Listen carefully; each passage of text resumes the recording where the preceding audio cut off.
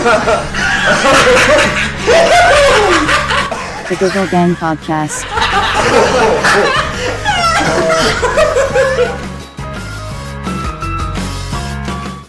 I'm from Vancouver. I just moved here a couple months ago, actually. Right. Why? It's weird. It's fucking... You know when you have like a stock story you've told everyone that you talk to? Oh, absolutely. No, I've lived there for like 4 months. I did the exact same thing. But. Yeah, so I met my girlfriend at it was actually an open mic I ran back in Vancouver. Right. And she was working at the bagel shop.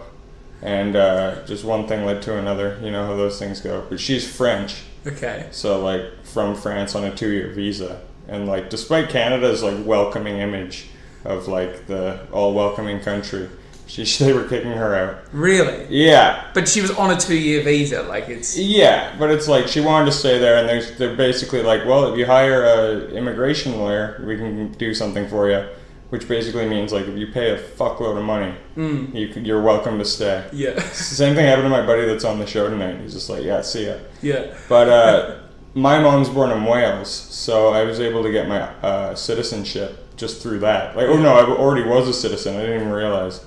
I was on the phone. Seriously, I'm on the... Hang on, your grandma's born in Wales? No, my mom's born in Wales. Oh, right, okay. Grandma's born in Ireland. Okay. But yeah, I'm on the phone with the lady for like 20 minutes trying to figure out how to get citizenship. And I'm like, yeah, my mom's born in Wales, so I don't know what that means. And she's like, oh, that means you are a citizen. After like half hour, and then I looked up and I just was. And so all I had to do was a passport application. Really? Yeah, and now I'm so you're here so you can be with your girlfriend because she's from Europe and you're from the Americas. Well, that's the one part, because like how shitty would it be to break up because you're just... It's not because you're not in love anymore, it's just because your visa's up. Like that's pretty shitty. But then I was also super just done with Vancouver. Like, why? What are the bad things about Vancouver? Oh man, well it's funny because whenever anyone sells Vancouver to anyone, it's all mountains and like the scenery and shit. And I don't like any of that anyway. Like like comics are always in bars. There, though, like. Yeah, everyone does. I think everyone tends to hate the place they're from or the focus. But the comedy scene, man, it just turned into like this toxic fucking like. It's just like high school, like a big high school that you have to be a part of if you want to do comedy. Yeah. Just like joke policing, fucking like social justice stuff to the max. Like I'm talking like there's a show where it's like there's a limit on the amount of straight white guys that could be on the show. No like, way. Yeah, not even like... Who ran the night? Straight white guy? No, I don't know what she identifies as, but she was a... She came out of comedy and within like a few months was running a show, but she was fucking awful at comedy, obviously. And that was sort of the edict.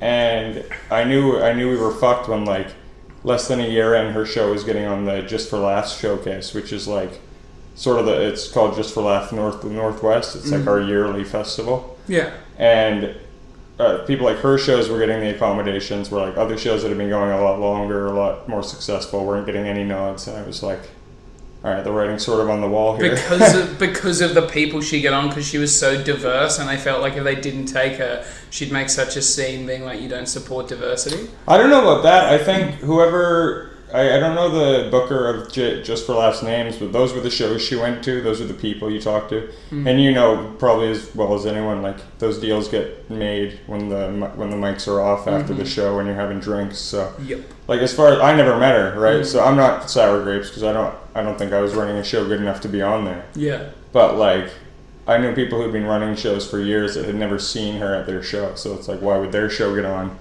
if they're not even being seen by the one person making all the decisions? Yeah. But that's fucking dodgy, mate. Oh, it's weird. And it's funny because like at the top of that year, the first year she got on, you had Bill Burr and Anthony Jeselnik, which is just like straight white guys who fully fly in the face of that whole like... Especially Jeselnik. Like. Well, and especially Burr though. Like the shit he was saying like at the show was like ridiculous. Yeah. He had a few hecklers that he just like... He destroyed one to the point where she like grabbed her boyfriend by the arm and walked out of the show like 20 minutes in. Like it was a crazy just like environment over there. Are the audiences different? Like is it that much different to here? Like, you know, you've seen the places that you perform here. Mm-hmm. Is it that wildly different? No, I don't think it's worlds apart. I think like it's everywhere right now. Like It's funny when I tell people that Vancouver's super PC, you'll hear them be like, more PC than here? And I'm like, well, I don't really know here yet, but I mean, I got in trouble after Beat the Frog recently. Did I tell you about this? No. It was weird because I do this joke where my last name's Ducharme.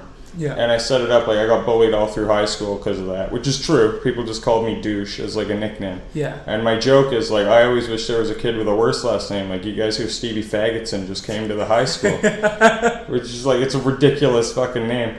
And then, like, after my set in the interim, these two guys came up to me and started being real friendly. They're like, we love your set. We just have to ask you, like, you don't use that word on stage anymore. And I'm like, wait, which word? And they're like, faggot. You can't say that, like, on stage. And I was like, but it worked. Like, got laughs, cunt. I'm like, you can't say it didn't work. Like, a room full of people laughed. Yeah. And they were like, well, like, would you use the N-word? And I'm like, no, that probably wouldn't work. Like, yeah, it's too heavy. Yeah, my problem isn't the word. It's, like, context and everything like that. Yeah. And by the end, they were telling me, like, well, what's your last name? And, like, pulling out phones to try to take pictures of me. And I was like, man. No way. Yeah, like, I think they were going to post it on whatever website or whatever. Faggots Anonymous. Check out this fucking gay-phobic motherfucker. Well, and that's what the thing, and I was like, guys, if you'd been listening to the joke, you would know my fucking last name. Yeah. Because that's what the joke was about. Only thing that I heard was faggot, bro. Yeah, well, it's out of context. Yeah. And, like, I did the classic thing that you do when you're trying to defend yourself. I'm like, I have gay friends, which is for some reason... It's like, I'm not racist, I've tried Chinese food. I don't know why that's not acceptable when I'm like, I had a roommate who was gay, who we were best friends. And absolutely. It's like I have no problem with gay people, but you cannot say that you can't say a word in the context of a joke at a comedy show. Now, different. If you're walking down the street, you go into a coffee shop, into a Starbucks, and the guy behind the counter is clearly gay, and you walk up and you go, hey, faggot, can you get me a latte? No, not acceptable. Well, not acceptable and at that's all. Always been my train of thought is like, people laugh because they know it's a joke, but no one would laugh if I called the Starbucks guy a faggot. Because it's not funny. It's demeaning, and also as well, that's putting a label on someone, a derogatory, disgusting label on an actual person that lives. You're thinking of a fictitious scenario that didn't happen about a made-up person to make people laugh. Yeah, and that's always. I mean, you're a comedian, so you get it. But I think that people are more and more just coming under that sort of like. I don't know. They become joke police, but they're like, I'm not trying to say what jokes you can joke about. But you are trying to say that. Joke about. No, but they are trying to say that. I had the same thing. I think I called I referred to a woman as a mong. Because she was paralyzed. What's that mean? I've never heard that. Like a mongoloid, like a retarded, disabled type thing. Right. Okay. It is a derogatory term, but in the context of the joke, I'll be honest, wasn't as funny as yours. Like, didn't sort of roll off the tongue as well as yours. But even that, like, people in the Manchester comedy scene came after me being like, you can't say that, and I was like, you can't be the people, these righteous people that come after people in their first year of comedy and try and attack their character. I was like, if you'd approached it being like, I appreciate your set, appreciate what you're trying to do, what I would recommend is try and steer away from words like that because it alienates the audience and it makes people feel uncomfortable because those words have certain connotations. But they didn't. They posted on Facebook, tagged me, and it was like, never let this guy perform at your nights, like, he's fucking terrible spread, all these things, being like, oh, Matt Shaw, that new Australian guy on the scene, Matt, he's disgusting, he's so, like, just all these labels around me. I wanted to use the term transphobic, but it's not transphobic. But it's those sort of labels, being like, he's insensitive to disabled people, or, Well, and the thing I've noticed is, like, it's such a tough thing to fight against, because, like, the opposite of that is, like, hateful. And so if you argue against the label, you're sort of, like, arguing from the side of hateful. But that doesn't necessarily hold any water when it's, like, yeah, we're all supposed to be comics telling jokes here. Yeah. And that's the weird part to me. I notice it comes more from comedians than it does, like, audience. Like, in the story I told, it happened to be audience members, but, like, in Vancouver, that's very much what it was. And you wouldn't really see people get blacklisted, but just, like, really good comics wouldn't get booked on shows. And you'd be like, okay, well, why is that happening? Oh, because they're joking about this and this. Yeah. So, I don't know, that's the weirdest part to me. My favorite comic's Doug Stanhope. And I heard him say in an interview once, like, no, it's the comedians and the staff versus the audience. Like, that's what it's supposed to be. Like, we're on one team and they're on the other team. And it doesn't... But everyone wants to win. Mm-hmm. You want to make them laugh and they want to laugh. Yeah. Like, it's not a verse where someone has to lose, but it's a competition. Mm-hmm. And it does remind me of that high school mentality where, like, back in high school, guys would say whatever they had to get the girls to like them. But now it's like the comedians will say all the right buzzwords to get people to like them, and girls a lot of the time too. Comedians are very lonely people. Mm-hmm. And very like attention whores. It's like the ones that got bullied and couldn't stand up for themselves in high school now have a platform and a universe where they can fucking sort of push and bully people around, even though I'm sure they wouldn't see it that way themselves. But on stage, I feel like as well, I think one of the things I heard on another one of these podcasts with Cam McLeod, the New Zealand bloke, you've probably seen him before. He was there on Tuesday night, but he was like, he had a monthly open mic night in the place that he lived. So once a month, he got to get on stage for 6 minutes, and he was like, within that whole month, that is the only time I was really being myself and saying and being who I wanted to be. The rest of the time, I was just doing everything I could to be liked by everyone else. Right. But when he was on stage, all of that went. And it's like the complete opposite for some other people, where like when you're on stage, you're saying and doing all the things to be liked, but when you're off stage, you're actually saying how you actually think and feel. It's very weird. I remember there was this guy back in Vancouver who would like, all of his stuff was being progressive on stage, like how guys are creeps toward women and stuff. And then when he's off stage and you're sitting at the bar, a girl walking in and be like, look at the tits on her and stuff like that. And you're my God. And you're like, so you're just a fucking pig in real life. Yeah. Like, he would say shit in real life that I would actually, like, it's tough to offend me, but I'm like, that's sort of fucking gross, man. Yeah. And he would do that, like, gross me out, but then he'd get angry at people for the shit they said on stage, and it's like he's faking it on stage, whereas the other side of the coin is being like 100% real on stage. These are the funny, crazy thoughts that I have. When I'm off stage, I'm like, I can't say those. Like, too fucking nervous. Yeah, I've always likened it to, like, I'm a big pro wrestling fan, which is why I'm wearing this shirt, but what does it say? Because I'm a UFC fan. Braun Strowman. Yeah, no, he's this like 7'2" fucking just ridiculous monster over there, fighting Brock Lesnar at the next pay-per-view, weirdly enough. Really? Yeah, and it says "get these hands," which is like gets you some weird looks out of context. You're like, is that a threat? but just starting punch-ons of people on the train. But I bring it up because I heard Stone Cold Steve Austin saying once, like, the best wrestlers are ones who take their real personality and just turn the volume up. And I think the same thing of the best comedians.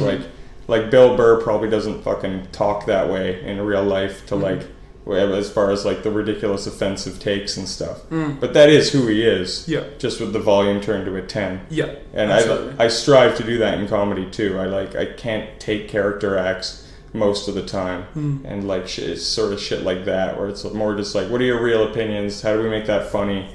And then how do we make that into a bit? Yeah. And go from there. Absolutely. I tried it as well when I was starting. I wrote this set. It was basically entitled "You Fucked Up England," and it was basically all the mistakes that English people made when they sent criminals to Australia. Like, yeah, I've heard of that. Like, you know, what were you even thinking? And when I delivered it the first time, I played this like over the top Aussie character that is me, but wasn't really me. Like, I wear rugby jerseys, sunglasses, fucking yell at people, and then I did the set just as me in my normal clothes, just in like my normal stage talking voice, and it got a far better reception because people didn't feel like they were watching some uneducated like yob just scream at them about. Yeah, I would think that would work better, but I don't know. That might also just be my taste too. So you don't like being screamed at? I guess not. Well, I don't know. Some comedians are good yellers, I guess. But Adam Hughes, a great yeller. I haven't seen him. Oh, he was there on Tuesday, but you were working. You're a busy lad. Right. Yeah. So how do you find Manchester? What's like the weirdest thing that's happened to you since you've been here? I like it, man.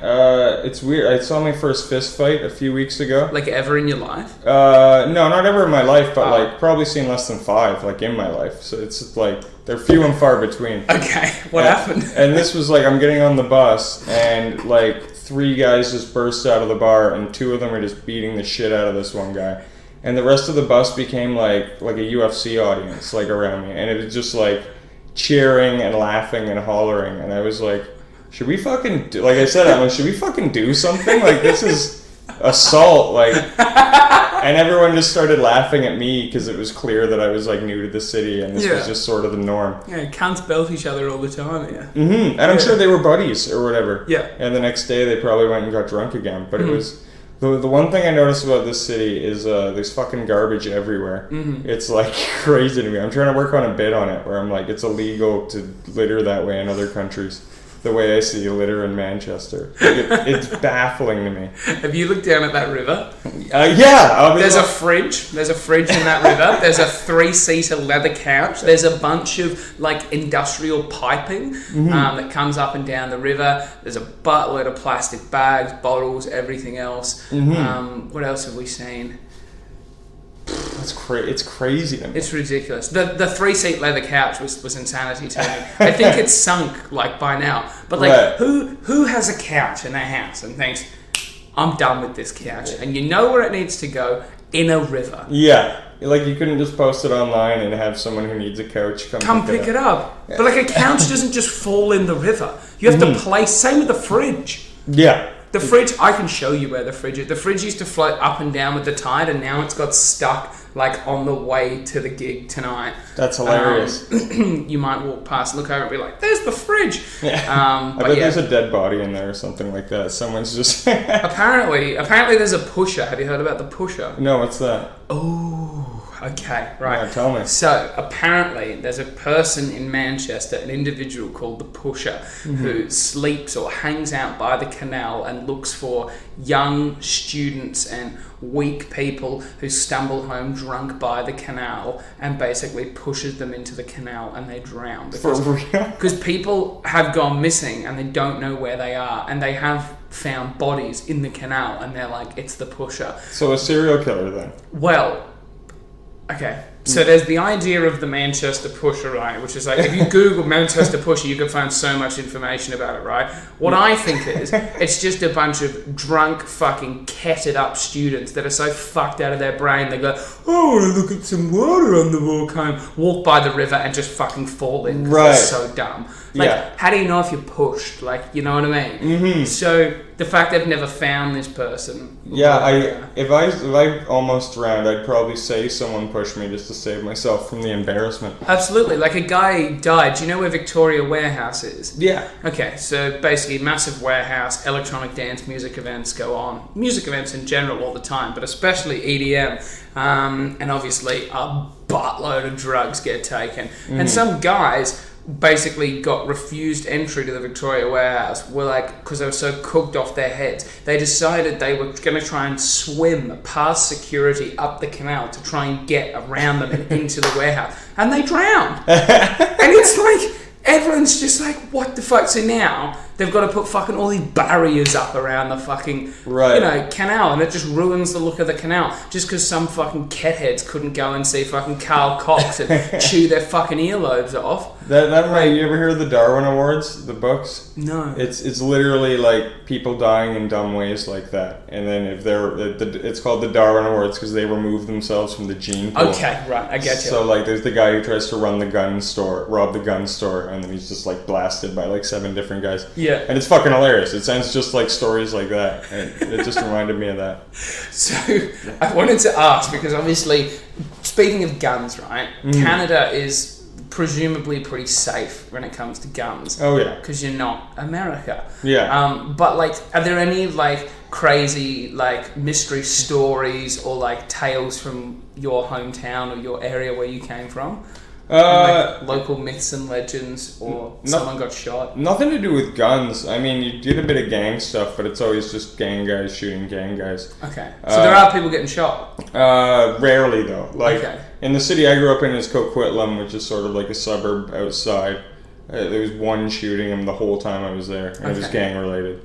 But what you do have is fucking serial killers out of Vancouver. Right. Like Robert Picton, have you heard of him? No, I'm not really well versed on serial killers. Well, yeah. Of Canada. Like, you know, I know about the famous Australian ones, but... Right, yeah, it's a weird interest of mine. And there's this area in Vancouver called the Downtown East Side. Okay. That's just like some of the worst poverty you've ever fucking seen. In like, what sense though? Like tent city type situation? Or? Yeah, huge tent city, but like rampant drug use and just sort of the cops have just given up on it. Like, you thinking of getting a condo down there, or? No, because Vancouver's just like it's got a housing crisis right now. So they're trying to gentrify it, but there's all these homeless people and nowhere to put them. But the cops, like, they're super apathetic towards. There's a huge Native American population over there, and the cops don't give a fuck about them. And the poor people, the cops don't give a fuck about. And it's like well documented. I'm not like slagging. In what sense do they not give a fuck? But they just let them do anything. Well, it's like if 10 prostitutes go missing, who cares? Where if 10 like well-off white people in like Yale Town, which is the rich part of town, you couldn't kill 10 of them and get away with it. Right. Okay. Sort of in that sense. And like well documented. It's not even at the point where like, oh, it's just some lazy police work. It's like there were some people in the police force that were like trying to rustle feathers and being like, there's a serial killer, and they would be like shouted down and eventually like quit and shit like that, like stories like that. Really? Mm-hmm. And Picton killed fucking 49 prostitutes in his like career as a serial killer. Why wouldn't he go for the 50th? Well, he said he got caught in jail with a police informant, and he's having a conversation. He's like, I was one away from number 50. It's his fucked up video you can watch on YouTube. And he's in jail for life now, thank God. But like, so he was in jail for something else, and then he admitted to all the other murders. Well, yeah, he was already in prison, arrested for it, I think under suspicion. And then they had this informant, go talk to him, and he basically spilled his guts to him. But it was sort of an open secret at that point. Like, there's a documentary on it where like a few people knew, and then someone told the cops, but they were ignored because they were a junkie and shit like that. Oh my God. And it's like really like dark stuff over there. So is it a really well-off area where you come from? No, Coquitlam's just like a regular suburb. Okay. There's not much to it, you know. And then I moved to Vancouver 4 or 5 years ago. Okay. And it's like just paycheck to paycheck ever since. It's really tough to make savings over there. Really? Yeah, it's like a super rich like Dublin, London type. Yeah. Probably not as expensive as London, but you can't make savings if you're just. It's hard to get ahead. Mm-hmm. Yeah, I get you. Yeah. It's a hard knock life, this one. So you talked about you being in high school. And the experiences there. Were you picked on in high school? Not particularly. It was weird though. I was a weird kid, man. I was like, I had never drank or done drugs all through high school. I was sort of on a soapbox about it, and like telling people not to do it. Yeah. Why are you doing all these drugs, man?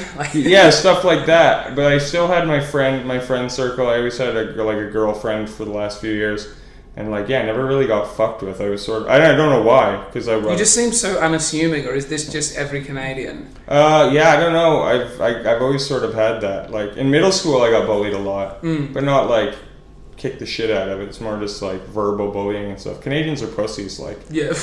That's why I almost respect the Manchester guys for actually fighting you. Where like Canadians will go home and write to you online. Like it's fucking obnoxious. But my high school thing is pretty unassuming, and then right when I got out, I started boozing and just hit the ground running. Never really looked back. My 10-year high school reunion was last year. I just didn't go. You didn't go? No, I had no interest. I'm so intrigued for my high school reunion. I think I'll be back in Australia by that point, but I don't know who's going to organise it.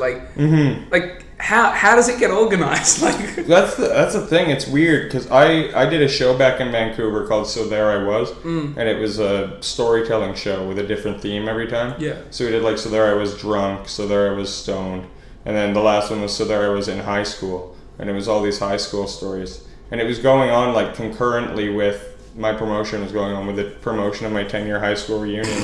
So I was in this big Facebook group, and I'm like, well, I'm not going to the reunion, but I can use it to promote my fucking show. And I posted hey, I can't make it, but come to this if we want an unofficial reunion just to try to get people in the building. Did anyone come? 5 or 6 people from high school. It wasn't a big turnout or anything. The show did well, but not. What story did you tell? I didn't tell a succinct one. I was hosting, so I have about 10 minutes of material about high school, the joke I told earlier, shit like that. And I just hosted and then brought people up, and they did their thing. It was like a real successful show, though. It's the most money I made off comedy in a night. It's pretty good. That's good. Yeah. So, in terms of like leaving Canada, what do your parents think about this whole exploration? Oh, they're stoked, man. Really? Yeah. I'm not like happy to see me go or whatever, but Yeah. like I think my mom always wanted me to travel. She traveled her whole childhood. She thinks it makes you like the more like I don't know what the term is, but like it makes you more well-rounded, more like accepting. You're more understanding. You understand yourself a lot more, and I feel like as well, as soon as you get out of your hometown, you're not surrounded by those people you grew up with, because some of those people, they may say they want you to do well, but they don't. It's all this big competition. Whereas I get here and I meet you, and I have no reason for you not to do well because I don't know you, so we can just start up like a proper relationship or a proper connection, and I've got no vested interest in seeing you do good or bad. Like I don't have an ulterior motive to be your friend or to spend time with you, and having those relationships with people is so much more valuable than someone who's known you when you were 4 and you're both the same age, and now they look at you and you're like, I want to be a lawyer, and they're like, I work in a supermarket. And they're just like trying to like cut you down in the other direction.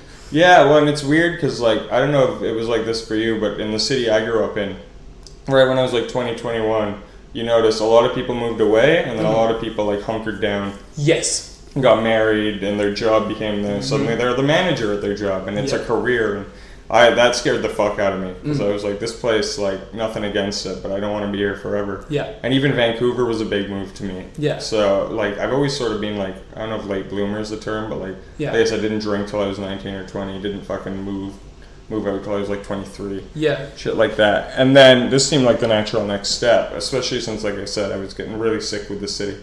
Like, I don't think I could have kept doing comedy in that environment. I would have eventually just quit comedy, and comedy is what I want to do. So, yeah. And then the other side of it's like, you always hear those people, like whenever anyone said the place they grew up is the best place in the world, like they've never been to any other parts of the world. Have you ever noticed that? It's like, I don't know, people... I think my upbringing, where I spent the first 11 years of my life, is the best place in the world to spend the first few years of your life. Right. Like, so I lived in this tiny little town, but we were like 40 minutes away from this tiny little town. So we were on like a seaside beach, basically. There was less than 100 people that lived there. Oh, holy shit. And then we'd go into the town, and we had a house there. And like we'd go to school and whatever in the town, and then we'd go out to like the beach house on the weekends and that, and just hang out in this tiny little town. Everyone knew everyone, and it was just fantastic. Like, my school life was all pretty smooth. Like, we'd just hang out at the beach when we weren't at school. Like, it was just the funnest place to grow up. And then at 11 years old, I went to Australia. Right. Australia was like the best period of time to do that bit of my life. And then after that, I was just like, well, this is getting boring. Let's go see something else. And now I'm in Manchester. I appreciate all of that. Like, while I was there, I was like, oh, I don't know if I like this so much. But then I see how like kids that have to grow up in Manchester City, or kids that grow up in London or whatever, I'm just like, this is not conducive to what a kid, like the stimulation a kid needs. Yeah, that's a good point too. And that's something I notice in Vancouver. Everyone who grows up there has the same sort of weird attitude. Like, they're sort of standoffish and stuff like that. And I was never like that anyway. So I sort of knew I'd go somewhere else. But that being said, like, I don't mean to slag on Vancouver fully. I mean, it's more the comedy thing that put a bad taste in my mouth. But as far as like the friends I met there, and I got my start in comedy, you're able to do like 5-6 shows a week there if you hustle at it. Have you travelled anywhere else other than here? Like, have you been holidaying anywhere? Or? Well, my girlfriend had all these friends in Strasbourg, so we spent like a month and a half there. Just her friend had this apartment he was trying to sell, and it wasn't selling, so we got to stay there for free. Yeah.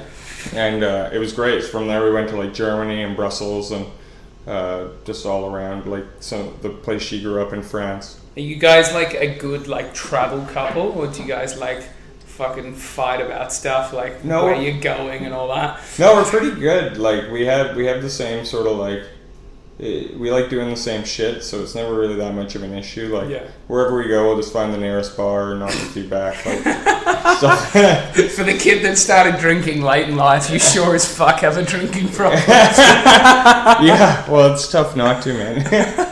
It's just when you're always in bars and you're like, fuck, another open mic with like 12 comics. All right, I'll knock a few back and make it funny. Do you still like performing comedy? Like, how long have you been doing it for? I love it, man. I'm like 3.5 years in, going on my 4th year. It's great. Like last Thursday I did Josh Brooks, and just like all day I'd spent writing a new 5 minutes, because I'm like, now, like I had that competition win last Sunday, and I felt like I needed something to prove that like I'm not a shit comic, and now I can go back to like trying to write and churn out new material, and just it went pretty well. Like not everything landed, but it's never gonna always land, and the set went well, and that feeling you get of like, fuck, I got a new bit to work on. It's it's what makes me want to do it, right? So that's good. I don't think that'll ever go away. I hope it doesn't ever go away.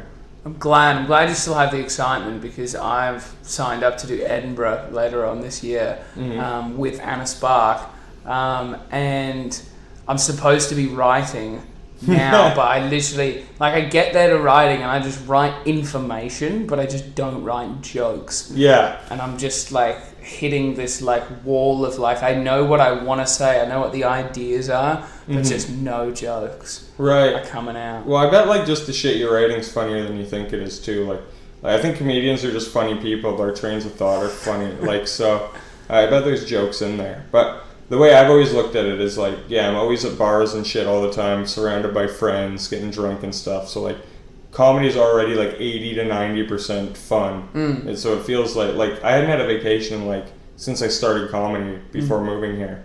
But I'm like, well, my whole life's sort of like a vacation, so I didn't really mind. You know what I mean? and like if it's 80-90% fun, I can do the 10 to 20% work, which is like getting to fucking venues in the middle of nowhere and writing a bit, you know. So I'm willing to make that concession. You've just got such a good attitude towards it as well. Like, so many fuckwits in this, because obviously I only know this scene in particular, but so many people, like their 2nd or 3rd year in, they look at other people that have done more than them in that amount of time, and they just get bitter as fuck. Oh, dude. And it's you can sort of see why. It's so like, there's a few guys back home who I like think I'm better than, but they're like middling at clubs and shit, and I'm like, well, fuck, like, why am I not middling in a club? It's just a natural reaction. But I think it's as long as you're aware of that and don't let it, like, take over. Yeah. It's important. But, like, I think the worst situation would be to, like, I know guys who, they've managed to make a living off of it, but by doing, like, selling their soul a bit, if you will. Not to be dramatic about it, but, like, do gigs where they're not allowed to tell certain kinds of jokes or corporates or whatever. Yeah. And now they have to wake up in the morning and go to fucking Denver and to do like a corporate for an hour.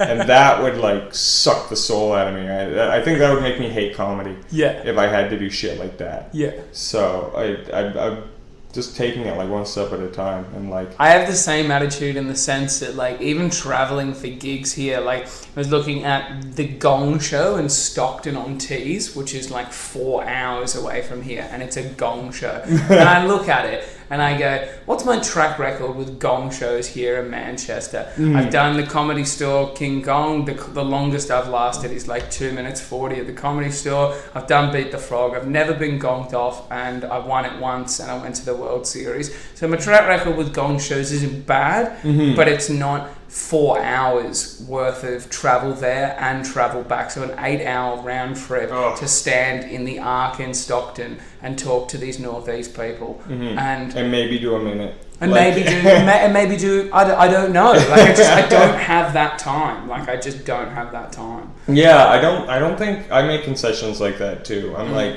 at this point I'm not gonna pay to do comedy other than like I'll pay for my tram ticket and shit, but I'm not gonna like. You pay for the tram? Well, yeah. Amateur. Oh, dude, it's scary when I see them walk on and I don't have a ticket. I'll have a panic attack. Like, really? Yeah. But they never check tickets. Yeah, I saw them. I don't know. They pulled one guy off yesterday, and I was like, I'd already come this close to not getting it, and I was like, how did they pull him off? How did they know he didn't have one? They just sent like 3 people in vests on to fucking. Where's your ticket? Okay, you don't have a ticket. Okay, come with me. And they just pulled him off, and I was like, fuck, he's gone.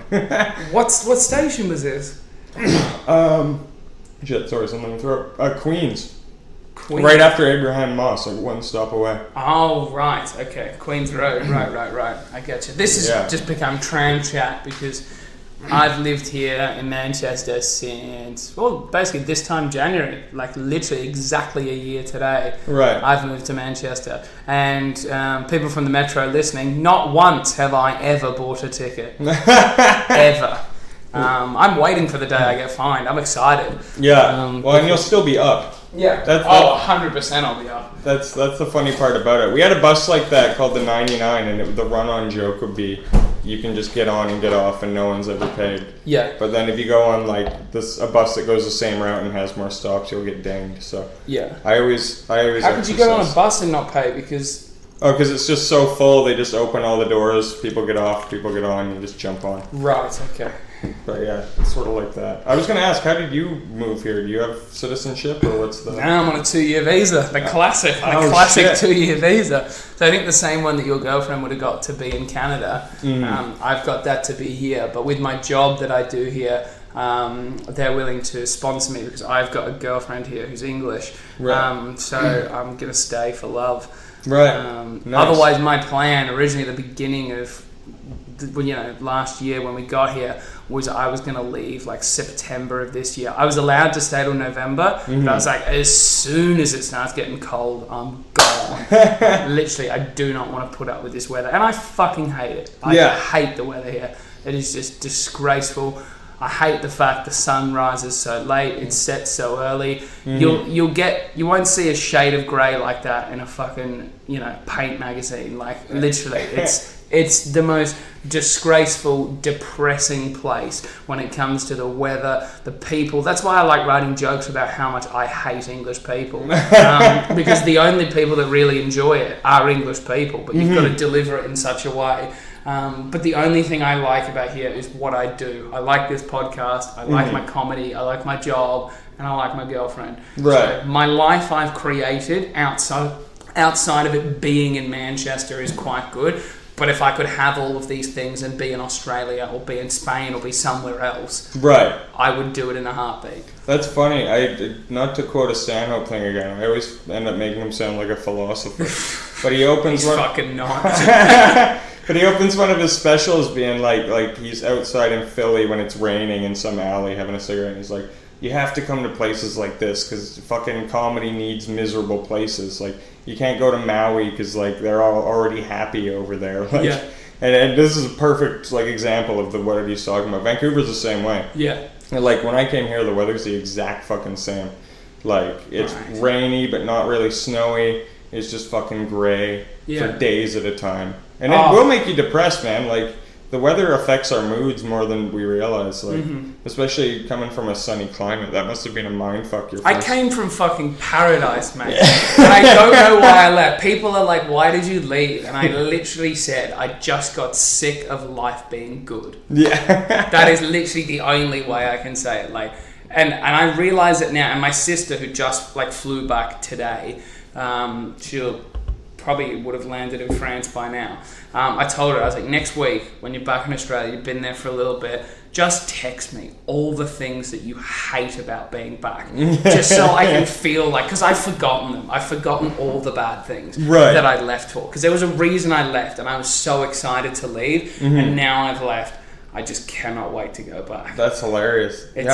It's so weird. All I really miss the most from Vancouver, other than friends and family, obviously, is the beer here is shit compared to Vancouver. Why is that? I don't know. I thought they did good beer here. Dude, it's just like lager, like 4%, 3.5. I've seen so many 3.5% beers. I'm like, that's not beer. That's like, just water. Yeah, like the craft beer industry in Vancouver is blowing up to such a degree that you can literally find like any flavored type of beer, any type of beer, like 8-9% beers. It's like beautiful. Yeah. And then I move here and I'm like, I'm drinking fruit cider. Yeah. Because I can't find anything I like. Are you drinking dark fruits? Oh, yeah. Yeah. Dude, I drink them like water. Dark fruits is good. They pour it at the venue your show's at. I was so happy to see it.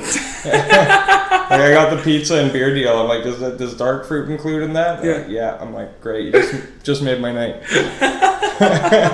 What did you think of the pizzas? Give the Binary Bar a shout out. Dude, Binary Bar, like, I thought it was out of the way, and then I realized it's under a tram stop. It's not really out of the way, and I fucking was pretty impressed with, like, what, £8 for pizza and a drink? Like, that's pretty good. Yeah. And I told my girlfriend she's coming out tonight, And she's like, oh, that's what I'm doing then. Yeah. Dark fruit and pizza. We're laughing. Dark fruit and pizza. Yeah. So how French is your girlfriend? Like, born and raised in France, French. Like has a French accent? Yeah, oh yeah. It's tough for her because she has a tough time understanding the accent here. And I don't blame her because I do too, and I'm like, I speak English. Yeah. So, like, it must be a tough one to traverse. So how did you guys, like... How did it even happen? Like, well, it's. I can't wait to meet her. Like, it's gonna be so interesting. It's funny, man, because like proximity is the greatest indicator of relationships, right? Yeah. It's not like shit in common or types in people. And I was just at the bar she worked at every day for hours every week. Yeah. For hours at a time, and it's also sort of. I'm sure she wouldn't say this has anything to do with it, but I was sort of in charge of the night too. Yeah. So, like, everyone's coming up to me, sort of like new comics looking for validation. I'm the one setting up the show, hosting the show. Yeah. And it's just talking to her the whole time. And just, like I said, I drink a lot, so I'm at the bar a lot. And, like, when there's not much else going on, I was just having conversations. And it's funny, because my buddy coming tonight is Mark O'Keefe. I'll give him a shout-out, I guess. He was already dating a girl that worked there. Yeah. And so they had a long thing going. And me and Mark were going to a show, and I'm like, Christiane, like, tell Lulu to come. Like, she should join us. And she's like, eventually got her to come, and I just, like, I think realized halfway through she was, like, on a double date with me. Yeah. And, you know, one thing leads to another. Eventually I got the balls to ask her out. Yeah. And it just worked out. Oh my God. It was weird because, like, on our last day in Vancouver, she was leaving the next day. She left a month before me. We were taking the bus back home, and we passed Benny's on the way. Yeah. Which is the place. Benny's Bagels was the place that I ran my open mic. Yeah. And it was already. Was it a bagel shop and a bar? It was like a bagel shop that served beer. Okay. Like, there was 2 beer options, but it got the job done. Still better than the beer in England. Oh yeah. And it had already, my mic got shut down months before because the venue got shut down, so it was set to be knocked down for condos. But on her last day here, we drove by and it had gotten knocked down that day. We were like, fuck, like, it's almost like a sign, we gotta get out of here. If Benny's is no longer around, I mean, what the fuck have we got to live for? Yeah, it was a bummer, man. I really liked it. I mean, it's the first mic I had, and I started it when I was dog shit. Yeah. And by the time it was done, I was like, no, I wouldn't say good, but like, I was pretty competent at comedy, yeah. See, the problem with mine is that I'm so unprepared. Is that I didn't even MC my own night. The problem is, I think, is because I know everyone in the room. Right. So I feel like I can't really, like, bounce off the crowd. And then I'm not prepared, disciplined, hardworking enough to write fucking new material for every week. And I also like the opportunity of giving someone like you or anyone else the opportunity to MC a room where they don't know anyone in the room. Right. You know, and have that fresh. But I'll MC other people's nights. Yeah. It's not my own. That was always sort of tough when, like you said, my room would be 90% comics. You get like 25 comics a night. They've all heard my good shit. So, but like hosting, I feel like you got to get the show off on a good foot and do good material. So I'm like, I do jokes that work, but everyone's heard them, and then like I'd try new shit, and then it would not go well, and it's like, it's a tough spot, like hosting a mic over and over. So like you need guest hosts eventually. Yeah. I just jumped straight. I MC'd mine once, and I was like, I hate this, because I couldn't run it. I didn't want to run it the way I wanted to run it, because I was too busy thinking about what I was going to say. Whereas if someone else does all the on stage, I'll do a spot there when I feel like doing a spot. But I haven't performed there since December. Yeah, I was surprised you weren't on the show, but I mean, if that's... I've just got nothing new to say. I need to write some fucking shit. Yeah, and it's tough for me, because like, to me, having a book show is like, I treat it like a paid show, and I do my best shit, but now I'm realizing like, there's only 2 open mics in this city that I know of a week. Yeah. And unless you want to like go to a music open mic, which is rough. Yeah. And so like, I'm going to have to try new shit at book shows, but then I don't want to do bad on the book shows. So I'm sort of having that like... Don't do bad shit at my show. No. My show is not your typical book show. Yeah. it's a cut above the rest in terms of quality, and that's what I've tried to create. So when I first started it was you're booking to get a 5-minute spot, and I had like 12, 15 comedians on a night, and it was just getting out of control. Now I try and have 8, no more than 10. Yeah. Everyone gets 10 minutes, and you're introduced by a decent MC. The room's full of comics and non-comics. Sometimes the room gets too full with audiences, and the comics for each section go and sit out the back and come on from the back. Yeah, which is ideal. Yeah, which is what I would love to have, but some weeks it's just not enough fucking cunts in the building. Mm-hmm. So that's probably how you should do a show, though, man. Like I found a lot of the book shows here, like you said, it's more just like it's a booked open mic. Yeah. Where it's like... See, I'm running what I like to call an amateur comedy night. I don't want you coming in there and trying out jokes for the first time. Mm-hmm. I want you to come in there and have a fresh audience to do things you've maybe performed a few times, or if you've never been to the show, show me the best you can do. Yeah, that's what I tried to do when I did it the first time. That's the reason why you're sitting right here, mate. Yeah, I was very impressed. But I was impressed with the lineup that night too, because it's not a shot at the mics I've been going to, but I've noticed like the majority of comics I've met are like definitely less than 2 years in, and the show that you put on that night, a bunch of comics I'd never seen before, and they all were like competent. Mm-hmm. They all like had been doing it clearly like a while and knew what they were doing. No, not all of them. No, not a lot of them. Most of the people in the Manchester other than scene, the wasted guy, whoever that was. Oh yeah. He was classic. Yeah. But yeah, no, not a lot of them.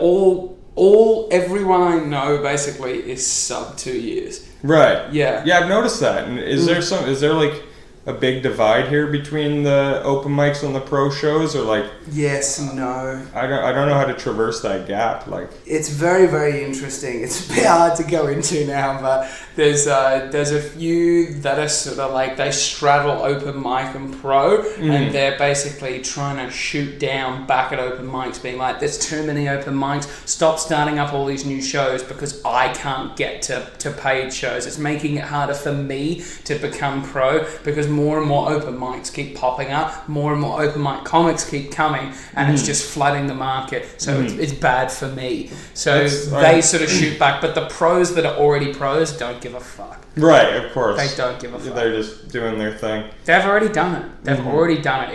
It's the transitional period. It's the this to this. Yeah, and that's what I find myself trying to do, because like, dude, Vancouver, as far as flooding the market, man, I was doing this show called the Laugh-a-thon, because it would just go until you're out of comics, and you'd get 40 to 50 fucking open micers a week, dude. Like, and you'd have all of them on. Yeah. How late would it go? You go like, the show starts at 8, we're done at like 12:30. No way. Yeah, shit like that.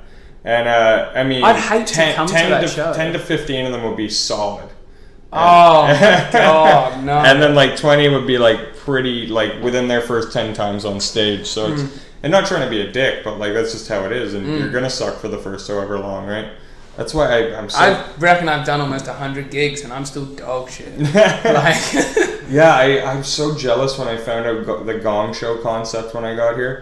So like, man, I would have just done that in Vancouver, and like, if someone's really bad... They don't have Gong shows? No. Oh my god, I'm going to take the Gong Show concept back to Australia, because they don't have it in Australia. Yeah, I think it would be so fun. No, I love it. And because I like guys when they're bombing like early, but you know, some people just never know they're bombing or keep going or whatever, and they get mad at me for being like, "Why'd you like me?" And I'm like, "Because you were fucking dying. Like you were not only dying yourself, but killing my room. Like we have audience here, and it's create this tension." Or if you could just gong them and be like, well, that's what the audience said. Yeah. Got gonged in a minute. I think it's so much fun. And you can bring open micers in, not pay the acts, and have the audience pay to be there, because it's so exciting to gong someone off. Yeah, the interactiveness is like what you're paying for. And then the good acts get through. So it's just brilliant. I love the concept. It's brilliant. It's amazing. It is. Well, like we do nights with like 3-minute sets just to like burn through them all. Like, what can you really do in 3 minutes? Nothing. You know, like not a lot. There's no point. I was well just give up. Unless you want to try one-liners, but. Wow. Oh my god! So let's just stop down, because we've done almost 50 minutes. Basically got 10 minutes to go. I want you to talk about how your childhood upbringing, whatever, has forced you into comedy. Not forced you into comedy, but steered you into this direction. Was there a particular influence? Are your parents quite funny and creative, or? My dad's a cynical cunt. Right. He's great. Like, I love him, but he's always just had a dark sense of humor and like not afraid to say shit. I definitely like find myself. It's weird how the older you get, the more you see of yourself. Yeah. And yeah, I definitely got my sense of humor from him. But like I said, I was really soft growing up. I really it took me a while to grow up in a lot of ways. And then I worked at like this fucking restaurant job I hated for like 5 years or so. And just going nowhere in life, just spending my money on booze, like just trying to get laid. But then the older I got, the harder it got. Yeah. And just like going nowhere. And then I finally tried to stand up, like open mic, which had always been an idea. Yeah. I'd always loved comedy. Like I think that's when I saw Chris Rock when I was 18. I'm like, this is the greatest thing ever. But then I tried my first open mic and it was like, everything clicked. And it was sort of like, this is what I need to be doing. And ever since... What were you doing at the time? Like I said, man, just working at a restaurant? Working in a restaurant. Okay. No studying or anything? No, to me... no, I had years of general studies. Sorry, I shouldn't say that. Like, I would pick classes like sociology or psychology or whatever just to see if something would stick. And it was alright because you learn shit and you learn about yourself, but it would just be a waste of money at the end of the day. like I remember my big goal was to go to the University of Victoria. And just because like a bunch of my friends went there and it sounded like a good time. Yeah. And I got accepted, but I didn't I wasn't in a program. It was just like wasting my parents' money to like party in a university for like 2 semesters. Yeah. And it was like at the end of the day, I'm like, what the fuck am I doing here? Like I'm not building anything. You know? Yeah. Whereas comedy, it feels like I'm building towards something. Like, and it's like you said earlier, where like people get 2-3 years in and you sort of see them plateau at a certain level. And there's a bunch of those at every different level. It's like you have like the king of the open mics, and then you have the guy who opens at clubs, and even like in Vancouver, there'd be headliners that have been headlining in Vancouver for like 5-10 years now, but never took that step to like move somewhere, move to LA or move to Toronto. Yeah. And it's like, the way I see it, comedy is like a realistic goal is that I can make a living off of it within 10 years. I'm like, I'm 3.5 years in now, right? So that's sort of like, once I was able to find a goal, like find something I wanted to do with my life, then it became sort of clear. Everything else aligned. And like, I never had that growing up. I never had the goal. I wanted to be a wrestler when I was a kid, back when I was like somewhat in shape. And then I'm like, nah, I'm not in shape enough to like work at it that way. How did you envisage you would be as a wrestler? Did you have like a specific like niche that you would fill? Would you come out in like leopard print or? Well, no, that's the thing. I was like I read all these books about it, and then I'm like all the cool stuff that I like is like guys going through tables and off ladders and shit. I'm like, and they're all like crippled by the time they're 30 or 40. Like the more I learned about the wrestling business, the more I'm like, oh, I could never do this. Like, what am I? Like, this is a crazy goal that I'm not even working towards. The more I learned about it, I thought I can't do it. Yeah. And like you really, like the wrestlers that are successful started doing it at like 15, 16, and I was already like 18, 19, 20, being like, I'll be a wrestler one day. Yeah. But not actually putting in any work. Yeah. So yeah, eventually I just like gave up on that. But then didn't have a goal or like a path. I'm like, and I think it's different for everyone. I think people will figure out the shit they want to do with their lives. Some people will hit it at 30 or 35 or whatever. Yeah. I just happened to find mine at 24, and it was comedy, which... But it may change again for you. Like, I think what's interesting and what's cool is that what you want to do now, in 10 years' time, you may not want to do comedy anymore. You may want to do something else. Mm-hmm. You may find an affinity with fucking fishing. Right. You may be like, fuck, I love fish. Mm-hmm. You know, and just go down that road. Like, this whole thing of people being like, oh, I've set this and I have to do this. And it's the only thing I can do. And they get so stuck to it. And then when it doesn't happen, they're like, oh, I'm a failure. Mm-hmm. Like, you're not. Like, you're just a changing organism. Like, I like to say no one's a finished product. Yeah, and I agree with that totally. There's no finish line; it never ends. But it's tough. It's even tougher with people who get in like school programs that are 4 or 8 years long. Yes, and you're like hundreds of thousands, not hundreds of thousands, but thousands in the hole. Yeah, and on like halfway through a degree, and then you realize you don't want to do it. Like that's fucking brutal. Yeah, with comedy, you're right. I mean, that being said, I don't have any like life skills or anything. But like, how old are you? I'm 28. Okay. Yeah. I don't have any life skills. Not really. I know, but I bartend. That was always sort of the backup thing. I'm like, I know how to bartend, and you can do that at any age in any country and make a living. So if I have that, even if I don't make it a comedy, I'll have a job at least. but still, it's not something with a pension or anything. So I'm really sort of putting my eggs in one basket. And you're right, it might change, but I don't know what it would change to. Like I know a lot of people who want to become like more social activists and stuff like that. And like the more shit I see online, the more like arguments I have. I'm like, this isn't fun though. Like this is like stressful and shitty. And like I don't like having it out with people online or whatever. Like I just find it pointless, and I'm dyslexic as fuck, so I can't like have a back and forth like writing thing with somebody because I can't deal with that. Like, it's too much. It's too much to think about. And typing with someone. And it's like not like comedy is great because I think it keeps you humble. And there's no way unless you're like I said, there are those people who totally. Like, you'll see them bomb and they'll come off and think they did great. But those are few and far between. Like, with comedy, like, you can only get to a certain level. And when you try bite off more than you can chew, you'll get knocked right back down. Because it's like, okay, you don't have 20 minutes. So that showed when you sucked dick for 10 minutes and then got off stage. Yeah. Like, I love comedy that it keeps you humble. But then the hard work you put into it, it directly comes back. Like, the more you work at it, the more improvement you'll see. And you'll see that day to day to day if you just go out. As often as you can. Have you booked your spot at Comedy Store? Yeah, it's November 7th. Oh. Yeah, they're like, it's hugely backed up, but we'll probably get you like late this year. And I'm like, I don't even know if I'll fucking be here. Like, put it on the resume though. It can be something that you've locked in for. Yeah, like I said, King Gong winning that is a credit, and I got that on my like website or whatever. And so when I try to get booked in other places, I think that's something they'll see. And I'm happy it happened in 2019 because that's like a fresh fucking like year, you know. Winner of King Gong 2019. Yeah, exactly. Yeah. And like, even if, I mean, some of the competitions I have on that site are like bringer shows where I brought like 30 people and just like it was fan voted. So it's just all my friends telling me I'm funny. But I have that because like you wouldn't write that. You just write the one hitter quitter comedy showdown winner and it's a credit. But I think winning like a gong show at a club, especially the Comedy Store, like that's an iconic name just in comedy. That's something I can. You know, it's a rip-off, eh?